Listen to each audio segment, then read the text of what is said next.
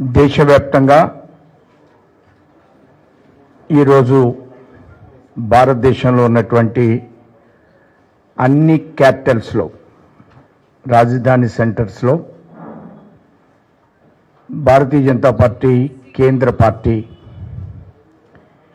Press కాన్ఫరెన్స్లు నిర్వర్తించాలి about budget, central budget.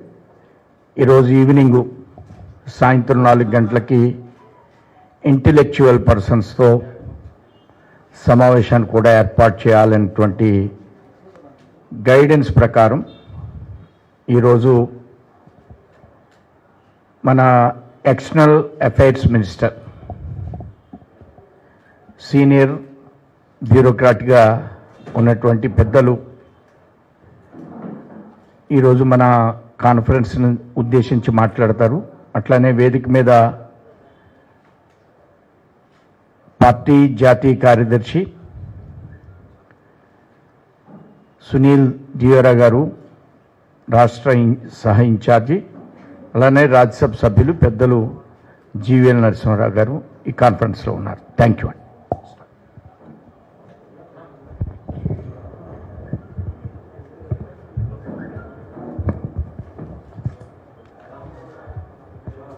Namaskar.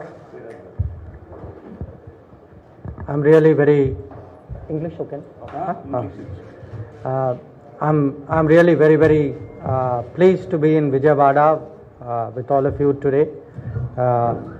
I must tell you, this is my first time to Vijayawada, and I've been looking forward to it very much for many reasons. I think many of you know that I was before a diplomat working in embassies. Wherever I went in the world, I would meet people from Andhra Pradesh, Telugu speaking people, very talented people, who have achieved a lot in the world. So I always was very keen that, to see the land which produced so many talented people who have done so much for India. So I'm really very happy to be there. But there are other reasons also. We are today coming out of the coronavirus pandemic. I think most of you know now our infection rates have come down very much. Our recovery rates are one of the highest in the world. The vaccination has started. Today the country, after 1 year of going through this,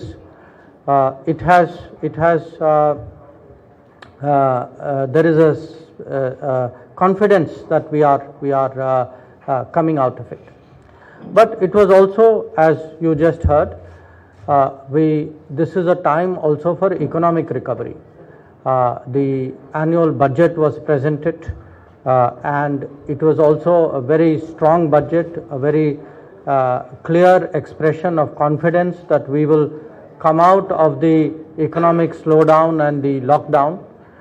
So that was also a reason to come and hear the views out here and share my own thinking. But I am here also as foreign minister, and I know that this region is one of the most globalized parts of India. People from here are, as I said, all over the world. I see them in America when I go there. I travel in the Gulf. I meet people from here. And I know that the slowdown in the world has also impacted people out here. So let me just share with you some of my thoughts about these subjects. And I am today, of course, I have our senior colleagues from the party unit with us. So I think together we would be very happy to respond to any issues that you may have. First of all, let me talk about the corona itself. When coronavirus came to India, at that time, nobody in India was making ventilators, nobody was making PPE, very few people were making masks, hardly anybody was making sanitizer. and there were obviously no treatment centers for COVID. Now, during this period, we have responded. Thanks to the collective efforts of all of us, we have created 16,000 COVID centers. We have 25 manufacturers of ventilators. We have today thousands of manufacturers of masks and PPE, and we are not only making for our own people, we are also exporting it outside. We made hydroxychloroquine and paracetamol for the requirements of the world. We gave medicines to 150 countries. So, but if you look at how we have dealt with it, I must tell you, we have discovered in this process confidence in ourselves. That India, which was not prepared, like most all the countries of the world, we have found capabilities within ourselves, making medicines, making masks, making ventilators, creating the health infrastructure for dealing with the COVID. And not just that, we have also responded as a people. That if you ask me, when I look at the world, there are many parts of the world today where COVID has come back, where it is still very strong. What is the difference? I think one difference has been leadership. You all would have seen Prime Minister from the first day was personally telling us what to do, what were the dangers, cautioning us, inspiring us, and people responded. In fact, when I have traveled around the world, and sometimes I see also pictures from which embassies send me. The way all of us are today wearing masks, using sanitizers, keeping social distance, how we observed the lockdown, how we followed the corona discipline. Actually, it was a remarkable effort by this country. And I think it's something which everybody should appreciate, both because it was actually a very big test of Atmanirbharta. The confidence in ourselves, the reliance on ourselves, creating the capability for dealing with it. And today, as we are coming out, the expectations of people have also changed. India after corona is very different from India before. That for us today, health, well-being, this has become very important, and that is the reason why actually in the budget, government has given such a big priority to the health and well-being sector. The second issue which I would like to talk to you is about the budget itself. That having naturally with the lockdown there were economic consequences. There was a big slowdown in the economy. But today across the board you are actually seeing the economy come back. And in fact many of you would see in the newspapers today, RBI governor has said it is not only the pent up demand which is coming back, there is actually new growth that we are seeing in the economy. And our expectation is actually we are very confident that we will get double digit 11% plus growth in the coming year. And the issue in many ways for us is between the corona recovery and the economic recovery, what is the future direction we should be going? And that future direction was this time very, very clearly indicated by the budget. So let me talk a little bit about the budget. I think the finance minister, Nirmala ji, whom all of you know well, she put it very well that this budget was constructed on 6 pillars.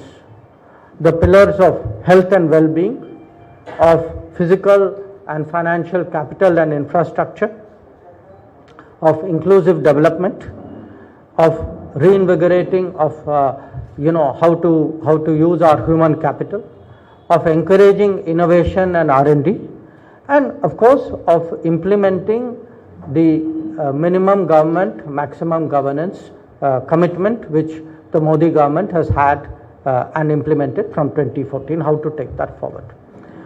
Now, as I said, especially because of corona, but not only because of corona, because if you remember, Ayushman Bharat started before the corona pandemic actually came. that what we have done is we have taken a very broad definition of what is health and well-being. Before we dealt, health is here, water is there, sanitation is there, there were different departments, they were not connected to each other. This time we have taken a complete integrated view of what is necessary for, what is the health of all of us. Because if there's no point my looking after your medical facility if I don't give you clean drinking water. There's no point giving you clean drinking water if I don't give you sanitation. So they have to be addressed as a package. And what we have seen this time is a very, very big commitment in this sector. In fact, 2.23 lakh crores committed to the sector, which is more than it's 130% plus increase. And it is again, a lot of it is programs and schemes, including the Prime Minister's Swasth Bharat Yojana, which will upgrade primary, secondary and tertiary healthcare facilities. We will be creating 28,000 wellness centers around the country. We will be creating emergency operation centers again everywhere, critical care hospital blocks, health laboratories. But along with this, you have a big jump in the Jal Jeevan mission. To, again, you have 2.8 lakh crores invested in that. A big jump in the mission Poshan 2.0, which will particularly for the aspirational districts. So you have a package which today will address the expectation of the average Indian. Because the average Indian after Corona is not satisfied with what was the situation before. Today, if I have a health problem, I expect that to be addressed by people. So we have to meet that expectation, and I think the government and the budget is very, very focused on creating the infrastructure and the capability across the country to do this. The second pillar, of course, is the infrastructure pillar, the physical infrastructure pillar and the financial infrastructure pillar. And I think many of you know there is a national infrastructure pipeline of projects. And this budget actually not only has outlays for big projects, it has also a very big outlay of almost 2 lakh crores for production linked incentive schemes. There are 13 areas, and I will talk to you about it. It is, areas many of which are very natural areas for production, manufacturing and employment in Andhra Pradesh. Medical devices, electronic components, pharmaceuticals, making APIs, batteries, auto parts. So the idea is that if we have to increase manufacturing in India, because at the end of the day, this government's priority, first we look after your health. Second, it is our duty to look after your employment. And to give you employment, that employment will come most of all if we can expand manufacturing. And to do that, we have identified 13 sectors which the government will very strongly support through budget outlays. And these will be created, obviously many of them in industry friendly zones, and there are many industrial corridors which are direct, where Andhra is directly connected. So our expectation is that this will be the future direction of where we are going. The third area, of course, would be specific schemes which will have a very high employment implication.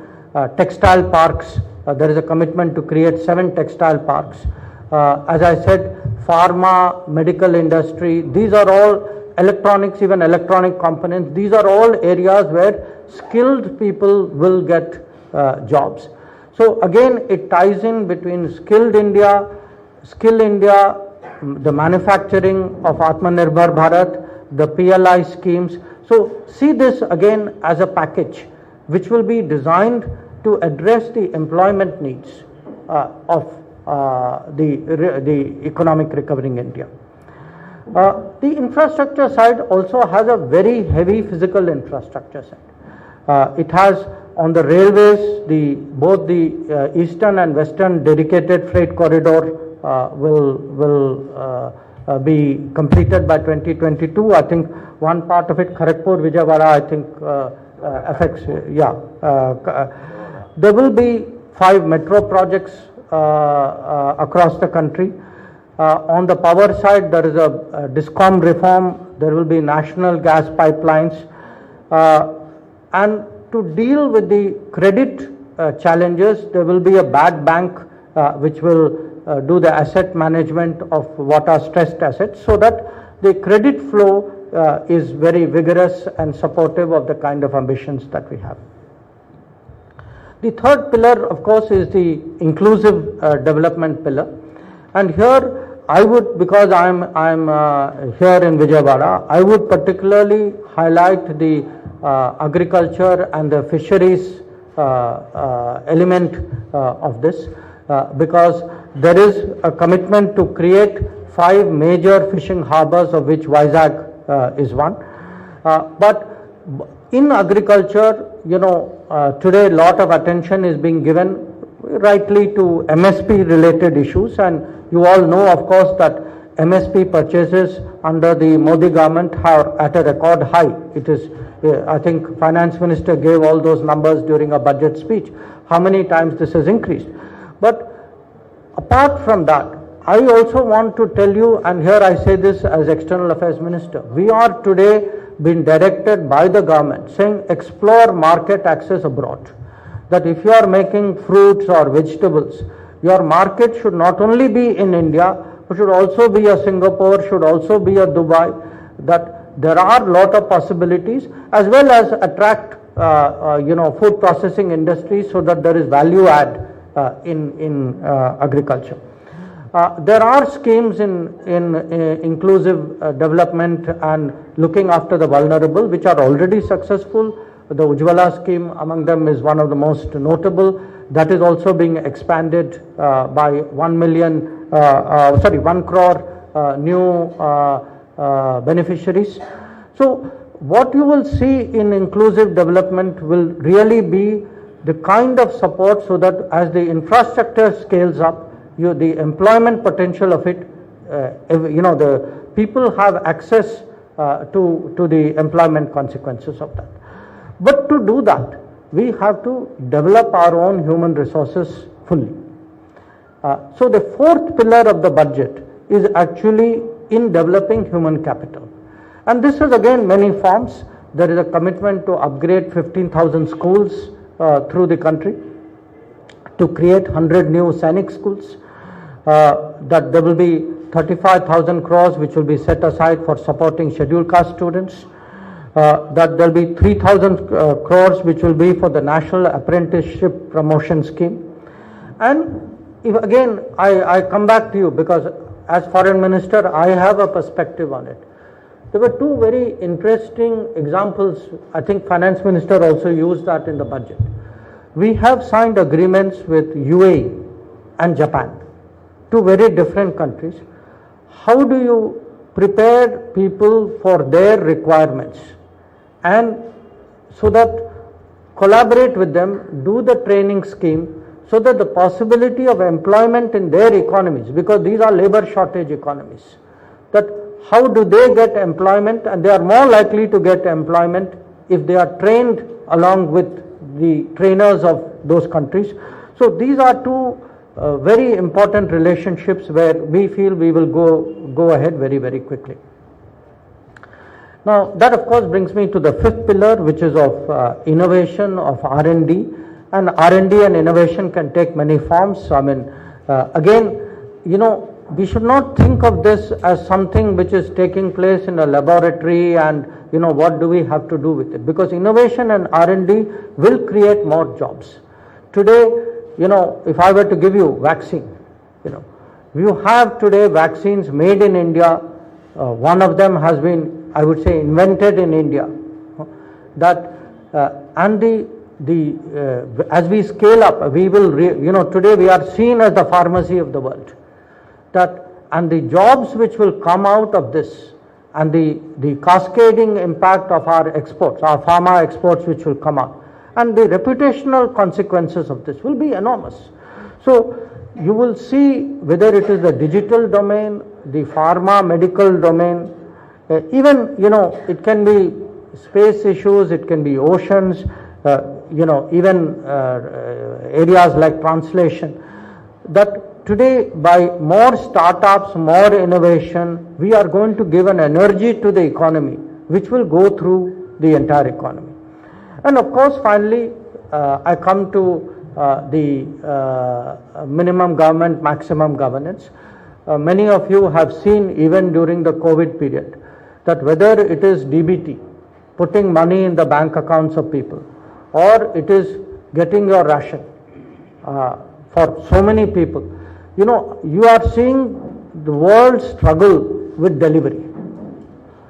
If we have been able to do this, I mean, if you look at the financial beneficiaries, 400 million people benefited financially. 800 million people were getting their rations. No other country in the world, nobody has this scale of delivery. And that is because we have actually created a basis for digital delivery, for using new tools for much more effective governance. So these were some of the directly budget related issues at a national level that I wanted to share with you. Of course, there will be naturally, because I'm in Vijayawada, you will ask saying, okay, what are the state implications of it? I think many of that you people already know, that in terms of in terms of the commitments, the outlays in the current year, that the outlays actually for the major schemes are more than 1.13 lakh crores. But some of them really fit very well not only into a national picture, they also fit from my perspective into our international future. I see I spoke about increasing manufacturing through the production linked incentive schemes. Now I know that I think in the electronic side alone, out of the 19 manufacturing clusters, I think 3 of them are in Andhra, I think in Tirupati, if my memory serves me right. If I were to look at making medical hubs, medical devices hub in the country, Vizag is a natural place for it, because there is already an industry, there is already a reputation, there is already the skilled human resources to support that. I know aqua exports are very important. I think again the state-wise aqua exports would be what, 17,000 crores. So our effort today is to get you market access abroad, that to open up markets, whether it is a Japan, whether it's a Gulf, whether it's a Europe, whether it's a United States, and even agriculture. It can be chili exports, it can be fruit exports. So we do believe today that in the agriculture investment fund, for example, finance minister has made a commitment of 1 lakh crores, of which I think Andhra Pradesh gets 6,500. Yes. 6,500 crores. Agreed. So on the agreement, so whether it is the manufacturing and outlays from the PLI scheme, or whether it's the agri investment outlays, I think this state will get the kind of support which will make it really open up new possibilities, whether it's in manufacturing, whether it is in agriculture, whether it is in food processing, and a lot of that will be supported. You will be enabled in many ways by the fact that you have these multiple corridors going through Andhra Pradesh, that the Vizag-Chennai corridor, which has these 3 hubs, the Chennai-Bangalore corridor or the Hyderabad-Bangalore corridor. I think these nodes, these 5 nodes will clearly be very much the center of your growing economy. So I have every expectation, just as the budget will have an overall impact on the national economy. It will have a very, very strong impact on the Andhra economy as well. Now, other than the budget, because this is, the first time I am here as Foreign Minister, I also want to take the opportunity to share with you what we are doing as Foreign Ministry and how that impacts on your life. I have never been to a country where I have not met a Telugu speaking person. You are everywhere. And that is a great tribute to your skills and your talents. But at a time of difficulty when COVID happened, it also meant that every family here had some concern what was happening to people who were stuck outside. Now, Prime Minister gave directions saying you start this Vande Bharat mission, which we, civil aviation and health, came together to do. And, I think in the history of the world, nobody has brought back 4 million people to a country on a repatriation mode. And to do this, we had 17,000 flights. So I want you to appreciate the importance of this. And if I were to look at Telugu speaking people who came, the numbers we have is almost 2.9 lakh people came back from different countries. And to enable people to come back, these 4 million people to come back, we have a fund called Indian Community Welfare Fund, because many of them were poor people, they could not afford their tickets, they had staying problems, they had food requirements. So from the Indian Community Welfare Fund, we actually spent almost 35 crores directly looking after the welfare of people who are waiting to come back to India. But I say this not to tell you what we did. I say this to tell you what is our commitment today to enable people to travel abroad more freely and more securely. And why is that important? It is important because one part of what I said is that the world is a marketplace. You want to sell your goods, manufacturing goods, medicine, medical device, pharma, your aqua exports. But world is also a workplace. People are looking, our talent is looking for work abroad.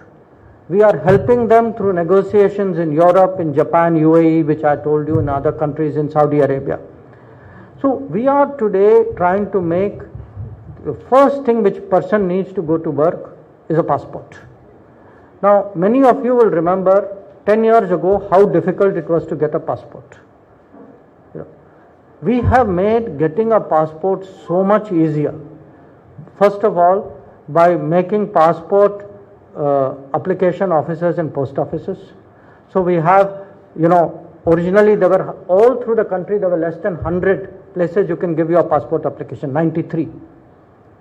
To that we added 426 passport offices, post offices. So suddenly from 100 minus, you have more than 500 places in the world where you can go and apply for a passport. But applying for a passport is not enough. What we have also done is, today he is here, but maybe he has to renew passport, but he is sitting in Goa, in Bangalore. You can apply today from anywhere. In the old days, you have to go back to the place where you applied. You can do your documentation through mobile app. You actually get a reminder. If your passport is expiring, all of you will get SMS saying your passport is expiring, please go and renew it. We have made documentation, date of birth especially much easier. You can do self-attestation. The verification, it would take people 6 months to get a passport, sometimes maybe 1 year. Now you get it in days, because for the Tatkal scheme we have actually done, verification happens later on. If you give 3 documents, you give your Aadhaar, your PAN card, you give your bank account, you get your passport without verification. The verification follows later. And when you go abroad, we have today created a fund and this again was something which Prime Minister personally pushed, how to look after Indians in distress. That somebody who loses money, somebody who, somebody dies, somebody, there are who's mistreated, domestic labor. So all the situations which happen abroad, how do you actually in an embassy look after them? And finally, we have actually created a portal called Madad, which is working very well, where anybody in difficulty is able to get the grievance across. Now, I say this to you because my experience in the last 6 years is the combination of all of this. The number of people traveling, passports issued is more. The number of people traveling abroad is more. People have problems. We are able to look after them. Even during the Vande Bharat mission, I think you asked people, and I would say this, across political parties, across states, I think many of you would have had personal experiences of this. We have been in a position to respond to Indians in difficulties. And as Foreign Minister, I take great pride in that. I have done my entire working life in the Foreign Ministry. And I can tell you the kind of attention which the average person gets today, they have never got before. Not just attention, the ability to actually help them in practical situations, and the Vande Bharat mission was proof of that. So for me it was also therefore a matter of satisfaction that in the budget which happened this year, my budget also got increased, because my ability now to serve, to assist Indians abroad, to facilitate movement of people, to actually facilitate market access of our goods. So the ability to access the world has also grown. So I come to you at this time, therefore, not only to highlight our economic recovery, not only to highlight the fact that today we have put Corona behind us and we are moving to the vaccination phase, but to tell you that in the world our standing is better than it has always ever been. That I give you I made 2 trips. This is not an easy time to travel, okay? But I made 2 trips to the Gulf because I was most concerned about what was happening to our people in the Gulf. Now, from the Gulf, many people have lost their jobs. I think you have some districts in your state also where I think Kadapa is one. So people have come back from there. Now we are today trying to get them back, get their jobs back, get them to go back. And I can tell you the personal prestige of the Prime Minister has helped enormously in the way that these Gulf kingdoms have looked at India. That we are already seeing the flow of people go back. In many cases, the Gulf kingdoms at their cost looked after our people because they had a personal regard for the Prime Minister. So I can see today the different image and the different impact that we are making in the world. And as I said, this is one of the most globalized parts of the country. So I think this will have a very, very direct impact on people's lives. So that is also something I would share with you. So I think what I'd like to do perhaps is maybe stop here. And if there are questions on anything I have said, I'd be very happy to respond. Sir, this is Vikram sir from TV9 Telugu. A question on budget allocations. Some leaders are commenting on budget that budget allocation done to the state is going for elections. So what do you say? Sorry, say that again. The budget allocation done to the states is going for elections.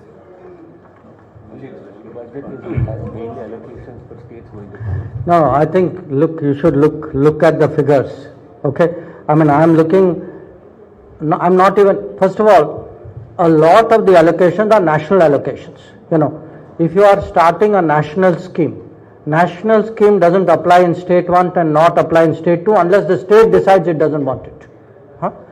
So don't look at it only state versus state. First of all, look at it nationally. Much of the outlay is national. Secondly, if you look even at state-wise allocation, you have schemes, you have projects. I'm looking at one list I have in front of me because I was coming in, I said, okay, I'm going to Vijayawada. So can someone tell me what are the projects, state-wise allocations for Andhra? Now, this is frankly to me quite an impressive list. I see 14 projects here. From the Visakhapatnam-Chennai industrial corridor to the green energy corridor to the Andhra Pradesh urban water Supply Management Improvement Project, Andhra Pradesh Rural Roads Project, the Andhra Pradesh Irrigation Livelihood Improvement Project, the Health System Strengthening Project, the Power for All 24/7 Project, the Disaster Recovery Project, the railway lines. There are new lines covering 1,917 kilometers, doubling projects 3,700 kilometers. So there are projects for everybody. So one thing, politics will be politics. Okay, so put that aside. I am telling you what I see in the budget and how that is translated on the ground. I think Andhra Pradesh the total amount is actually 1.14 lakh crores in these 14 projects alone. I am not even counting the schemes. So look, this is a very influential state. It's a state which is held in very high esteem. As I said, I see the global impact of Andhra. So how can I not see the Delhi impact of Andhra? Sir, Ramesh from Andhra Telugu Daily. Sir, there are several incidents of skirmishes between India and China troops near Ladakh. There are any ministerial level meetings to hold this about LAS? Yeah, no, I would, even though this is not a budget related question, I would still, no, I will still answer you, don't worry. Look, I mean, you know the events of what happened last year. After that, we have deployed troops in very large numbers to meet the challenge which has come from the massing of Chinese troops out there. You asked about ministerial level meetings. Last year, Raksha Mantri Rajnath ji had met his counterpart in Moscow. They were there for a meeting. I had also met my counterpart, and between us we had agreed that we should disengage in some areas. So the disengagement talks, because it's a very complicated issue, it depends, troops, you have to know the geography, which position, what is happening. This is being done by the military commanders. The military commanders have held 9 rounds of meetings so far. So we believe some progress has been made, but it's not yet, in a kind of situation where there is a visible expression of that on the ground.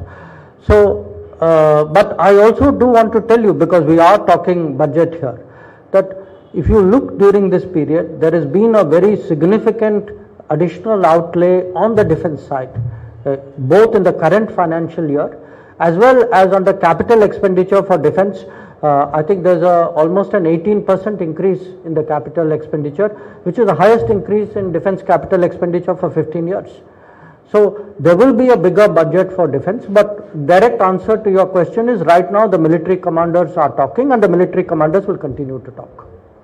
Finally, one question, sir. Do Indian companies are now making COVID-19 vaccine? How many countries have requested for vaccine, whether free or minimum price?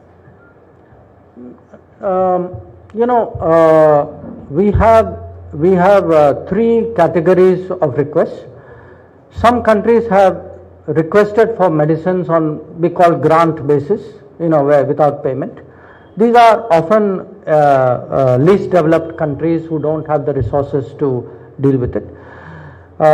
Some countries have said, can you give us the vaccines at the same cost at which Indian government is buying?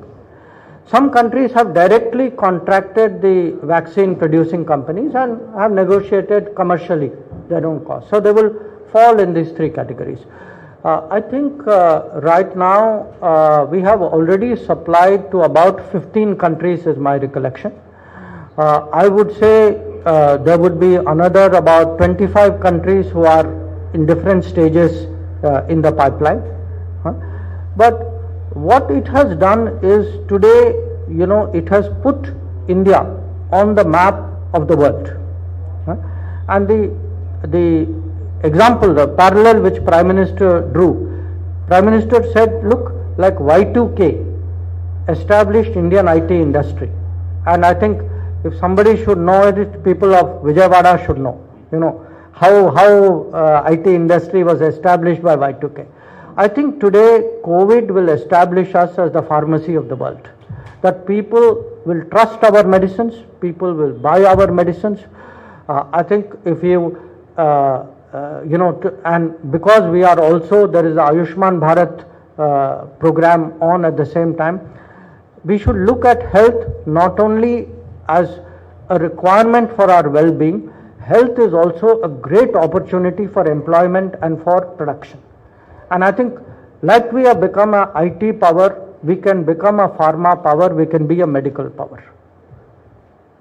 Sir, I'm Samsar from Milano. Your budget allocated in Vizag Steel Plant 590 crores. But the central government is privatization of steel factory. And local protesting against central government issue. What is it? No, somewhere I lost you, sorry.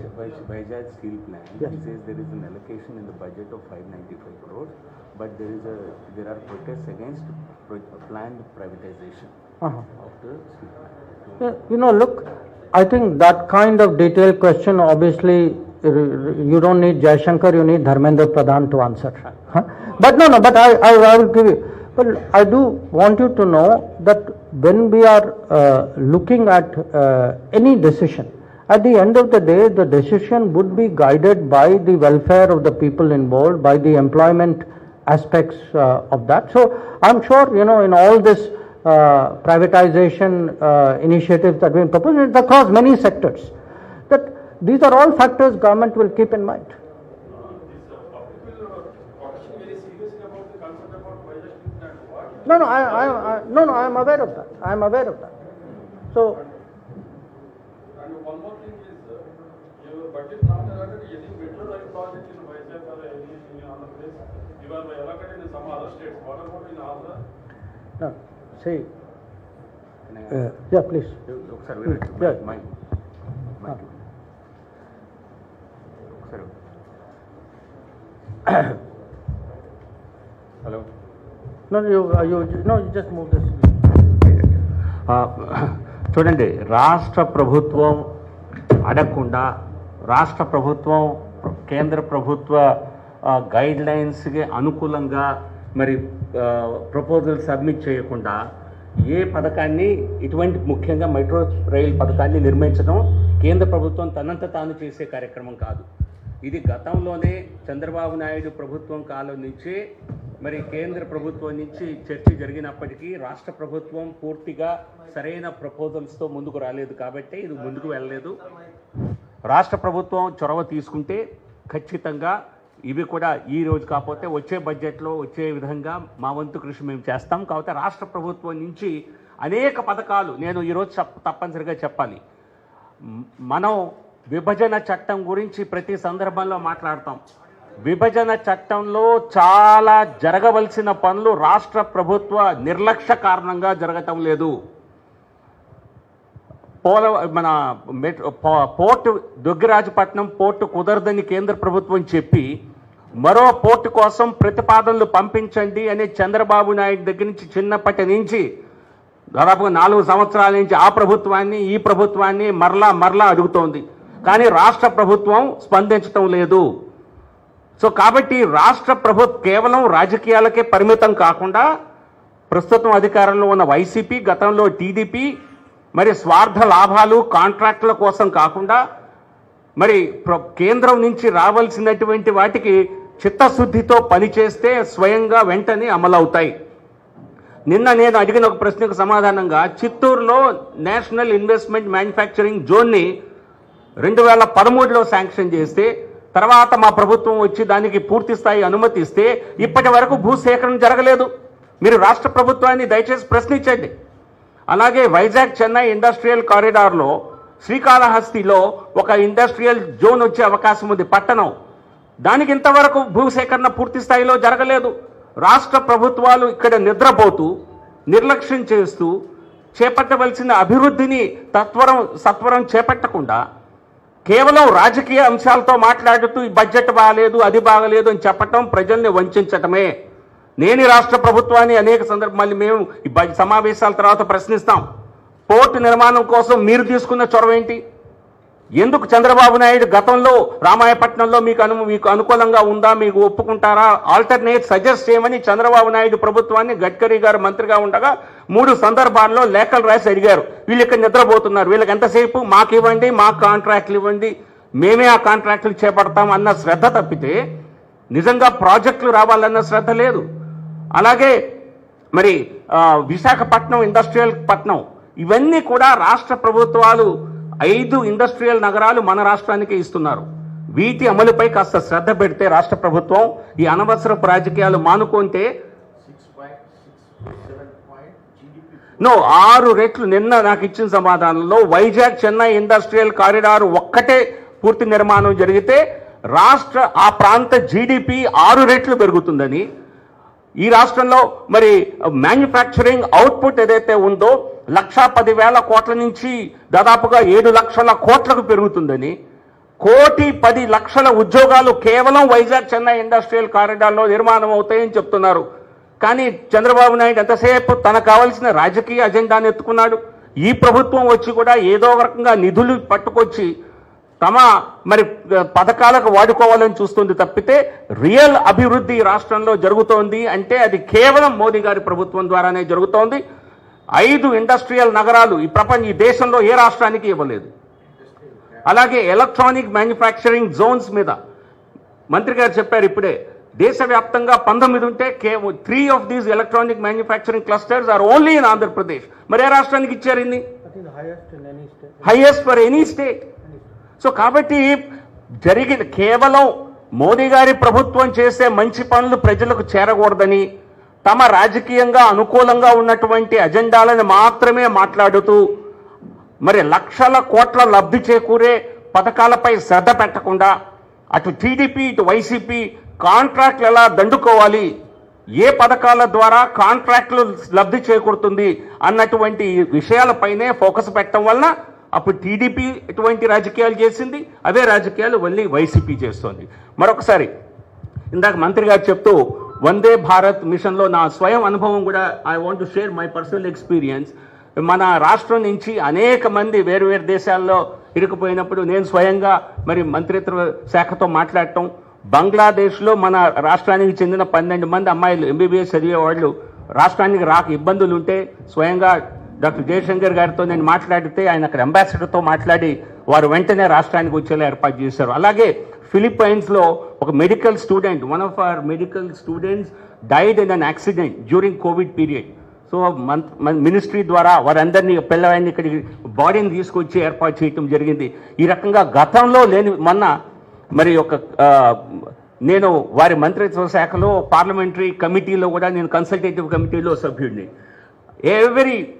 Across all political parties, leaders have praised Dr. Jaishankar and his ministry and the government for the initiatives, government for the massive successful effort called Vande Bharat, which is the largest evacuation mission in human history.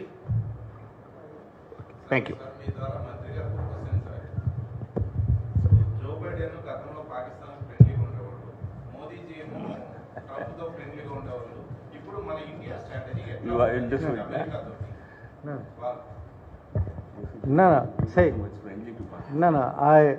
I don't agree with the question. See, first of all, everybody has respect for Modi ji. So, for us, India-America relation, remember, when Prime Minister Modi first went as Prime Minister to America, I was ambassador there. It was a democratic administration. Obama was the president. Biden was the vice president. The present Secretary of State Blinken was the deputy secretary. So, many of the people who are there now have already dealt with us during this period. They were very much part of the group which welcomed Prime Minister in 2014 and again in 2015 when Prime Minister went to Washington.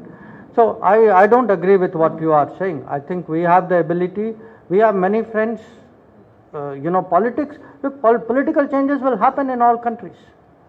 But we have a appeal and relationships which transcend politics. For the last 2 months, farmers are protesting against 3 things. Why center has not accepting their demands, especially MSP. They are demanding only MSP. Center not accepting MSP. I think you and I are not watching the same news then, because I think center has gone the extra mile. I mean, if you look at what the Prime Minister has said, what Narendra Singh Tomarji has said, center has actually, I mean, look, you have 2 ministers who have continuously engaged the farmers, and the government has actually even offered to put the laws on hold. So the flexibility, the government has shown every flexibility. So I think this is not the right way of portraying what is the situation. So how is the problem solved, sir? Sorry? Farmers are continuing protesting. So what is the solution? What is the solution? No, look, I think the solution is people have to be reasonable about it and come and discuss. Look, there is give and take. This is what democracy is about. Democracy cannot be, that somebody is protesting and you have to accept everything they say, and particularly if they are not even very clear about what they're saying. Please look at what Tomarji said yesterday in Parliament. He said, people are not defining their objections. Close చేద్దామండి. Thank you.